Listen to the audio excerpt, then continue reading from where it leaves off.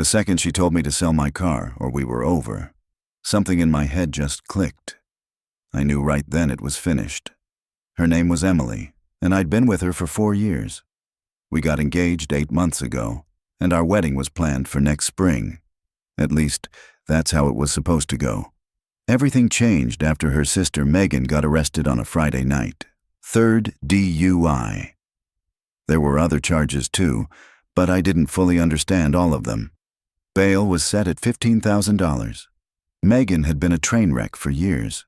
She lost her job about 6 months back, burned through all her savings, and had been bouncing between her parents' house and random places ever since.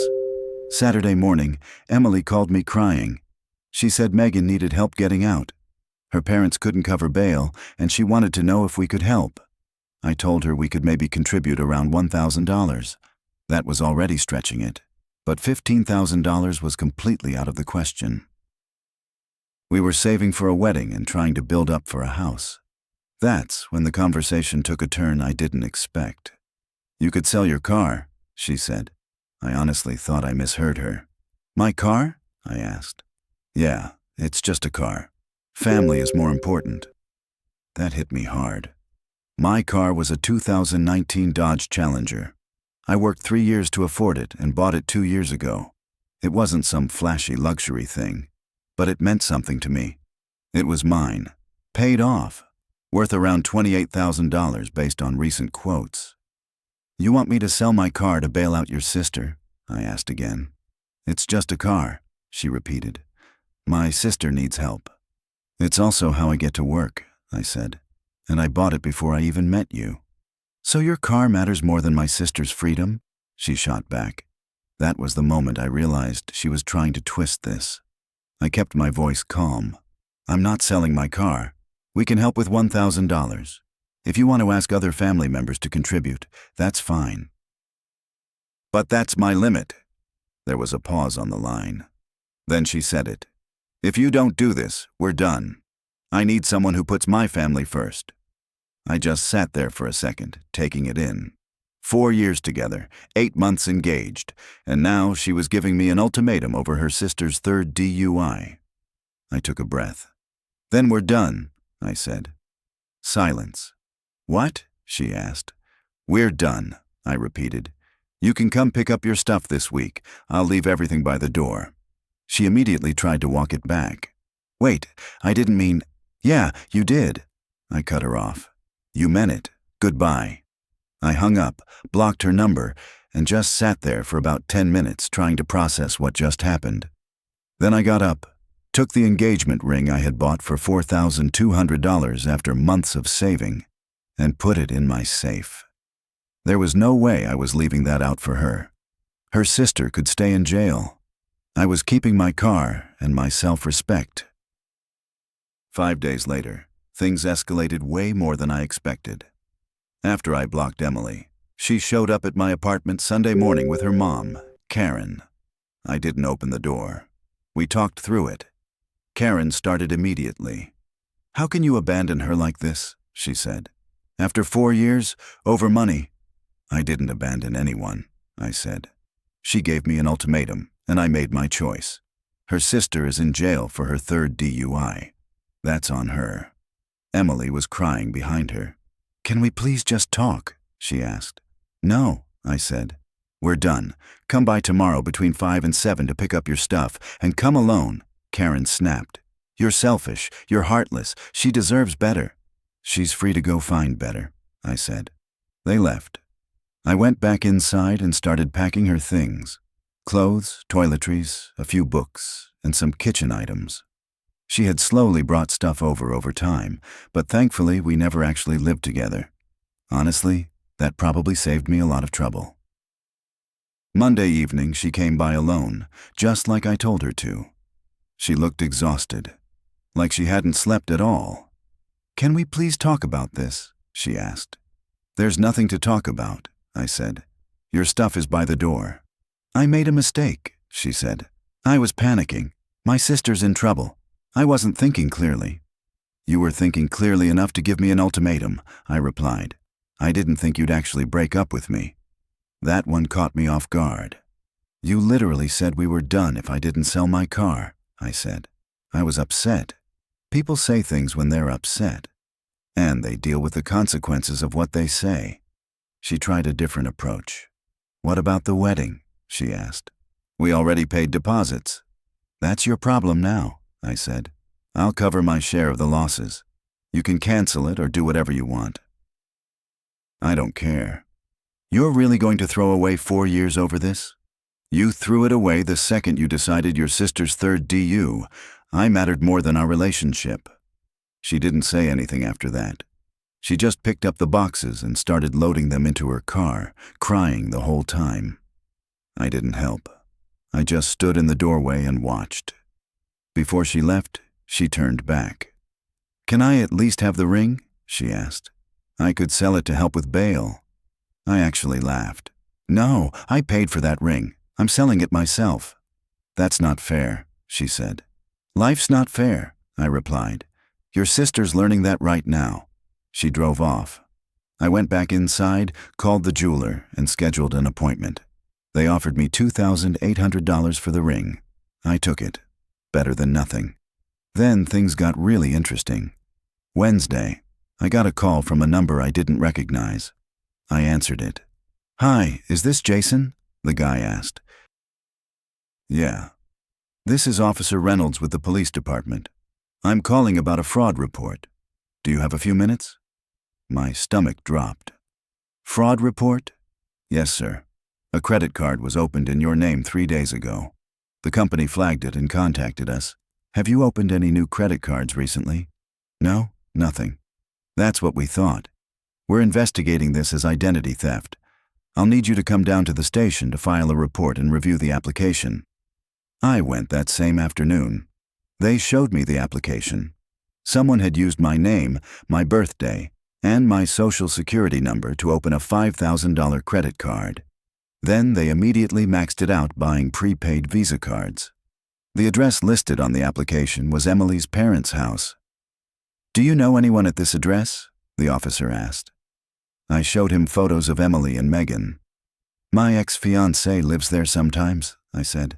Her sister just got arrested for DUI. He wrote everything down. We'll look into it, he said. In the meantime, file reports with the credit bureaus and freeze your credit. I did exactly that. When I checked my credit report, I saw 2 more attempts to open cards in my name. Both got denied because I froze my credit just in time. Thursday morning, Emily called me. I had unblocked her temporarily to coordinate her picking up her stuff and forgot to block her again. We need to talk, she said. About what? Please, can I come over? Against my better judgment, I said yes. You have 10 minutes, I told her. She showed up 20 minutes later, looking completely wrecked. Red eyes, messy hair. Someone opened a credit card in my name, she said. Yeah, I replied. Same here. Her eyes went wide. What? Someone opened cards in my name too. The police are already investigating. She looked like she was about to panic. I got a call this morning, she said. Someone opened a card in my name and spent like $8,000. I didn't do it. We just stared at each other for a second. Then I said it. Your sister. That's impossible, she said. She's in jail. She got out, I said. Call your parents. She called her mom right there and put it on speaker. Mom, is Megan still in jail? No, sweetie, Karen said. She got out Tuesday. We pulled together $2,500 and used a bail bondsman. How much did you put down? Emily asked. $2,500, Karen said. Why? Emily hung up slowly and looked at me. She stole our identities, she said. Yeah, I replied. She did. She looked completely lost. She stole from you too, she said. And I already filed a police report, I told her. You should do the same. Then I pointed at the door. Now get out. She left without arguing. I locked the door behind her and went back to dealing with my own situation. 2 weeks later, everything had blown up even more. The police finished their investigation. Turns out Megan got my personal information from Emily's phone. She had my social security number saved in her notes app from some insurance paperwork we did months ago. Megan waited until she got out of jail. Then she went to a check cashing place with fake IDs made using stolen information and started opening accounts. She hit me for $5,000. She hit Emily for $8,000. She hit their mom for $6,500. She even hit their dad, Robert, for $300. Total damage across the family was $22,700. The police arrested her again, this time for identity theft, fraud, and several other charges. Her bail was set at $50,000. No bail bondsman would take her this time. She had only been out for 3 days before committing new crimes, so she stayed in jail. Emily started calling me nonstop again. I finally answered once just to shut it down. "Please, I need help," she said. "This is ruining my credit. I can't get approved for anything." "Did you file a police report?" I asked. "Yes, but the credit card companies are saying I'm responsible until the investigation is done. I can't afford $8,000. "Sounds like a personal problem," I said. "You're really not going to help me." "Help you," I said. "Your sister stole from me because you kept my personal information on your phone. This is literally your fault. I didn't know she would do this. You wanted me to sell my car for her," I said. "You chose her over me. Now deal with the consequences." "She's sick. She has problems." "And you enabled her," I said. "Now you get to see the result." Then I hung up and blocked her again. A few days later, her parents showed up at my apartment, Karen and Robert. They wanted to talk. I made the mistake of letting them in. Robert started. "Look, we know you're upset about the breakup." "I'm not upset," I said. "I'm fine. You should leave." Karen jumped in. "We need you to drop the charges against our daughter." I just stared at her. "What?" "If you drop the identity theft charges, the prosecutor might go easier on her," she said. "Your daughter committed identity theft against me," I said. "Why would I drop the charges?" "Because she's family," Karen said. "She made a mistake." "She's not my family anymore," I said. "And it wasn't a mistake. It was a crime." Robert tried to act tough. "If you had just sold your car like Emily asked, none of this would have happened." I actually laughed. "So this is my fault now?" "You made a choice that led to this," he said. "No," I replied. "Your daughter made a choice, multiple times. Third DUI, identity theft, fraud. Those are her choices. I made the choice not to enable her." Karen started crying. "She needs help, not jail." "You should have gotten her help after the first DUI," I said. "Or the second. Instead, you kept bailing her out and teaching her there were no consequences." Robert shook his head. "You're a cruel person." "I'm someone who doesn't let criminals steal from me," I said. "Now get out of my apartment." They didn't move. "Get out, or I'm calling the police." That got them moving. As they left, Karen said, "I hope you can live with yourself knowing you destroyed this family." "Your daughter destroyed your family," I said. "I just refused to be a victim." After that, I called the prosecutor handling the case and told them about the visit and the request to drop charges. They documented it and told me to consider getting a restraining order if the contact continued. It did. Emily texted me from a new number. "My parents took out a loan to cover my credit card bills.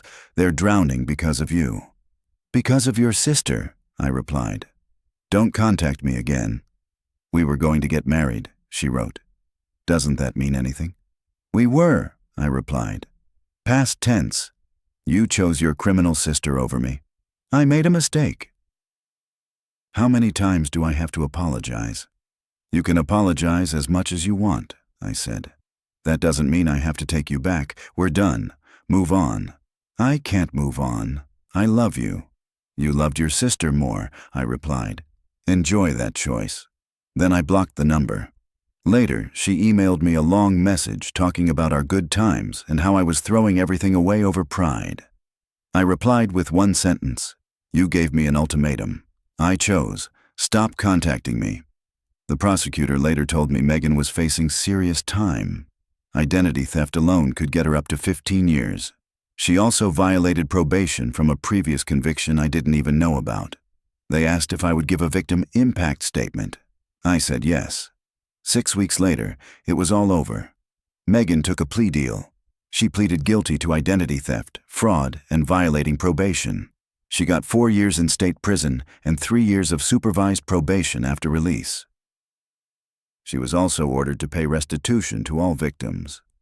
I gave my statement in court. I kept it simple and factual. I explained how she stole my identity, the time and money it took to fix everything, and the stress of someone pretending to be me. The judge listened carefully and included it in the sentencing. Emily and her parents were there. They stared at me the whole time. After the hearing, Karen tried to approach me, but a bailiff stopped her. I left immediately. The restitution order totaled $22,700 split between all 4 victims. My portion was $5,000. The prosecutor told me not to expect much of it anytime soon. In prison, people make about 25 cents an hour. Still, at least it was on record. My credit is clean now. All the fraudulent charges were removed. The accounts were closed. I set up monitoring. It cost me about $800 and a lot of time, but everything is fixed. I still have my car. I drove it to the sentencing hearing and parked it where Emily could see it. Petty? Maybe. Worth it? Definitely. The $2,800 from the ring went straight into my savings. I added it to my house fund. I'm back to saving again. Just on my own this time. 3 weeks later, Emily tried one last time. She sent a handwritten letter to my apartment, 5 pages long. She said she was in therapy, that she realized she had codependency issues, that she understood why I made my choice, and that she wanted another chance. I read the first page. Then I shredded the rest. I sent her one final message from a Google Voice number. I read your letter. I'm glad you're getting help. We're not getting back together. Stop contacting me. This is your final warning before I file a restraining order. She replied once. I understand. I'm sorry for everything. I hope you find happiness. That was it.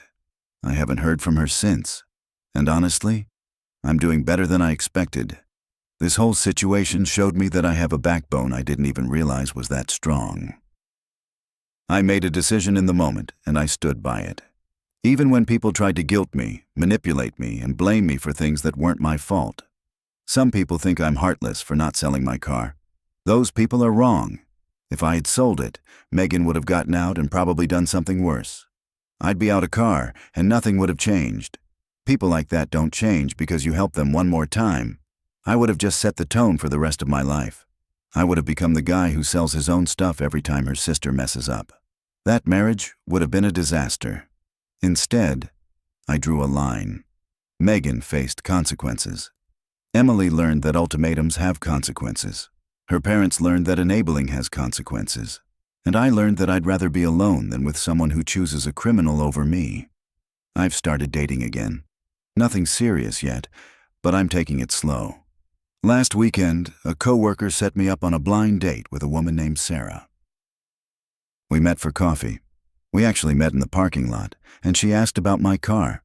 I told her I'd had it for 2 years and worked hard to get it. She smiled and said, I like that. Independence matters. We've got a second date next week. So yeah, I kept the car. I kept my self-respect. I lost a fiancée who wasn't worth keeping. Her sister is in prison. Emily is dealing with the consequences of her choices. Her parents are paying off loans they took out to enable their daughter. And me? I'm doing just fine. Credit is clean, car is running perfectly, and I'm moving forward. Sometimes the trash really does take itself out.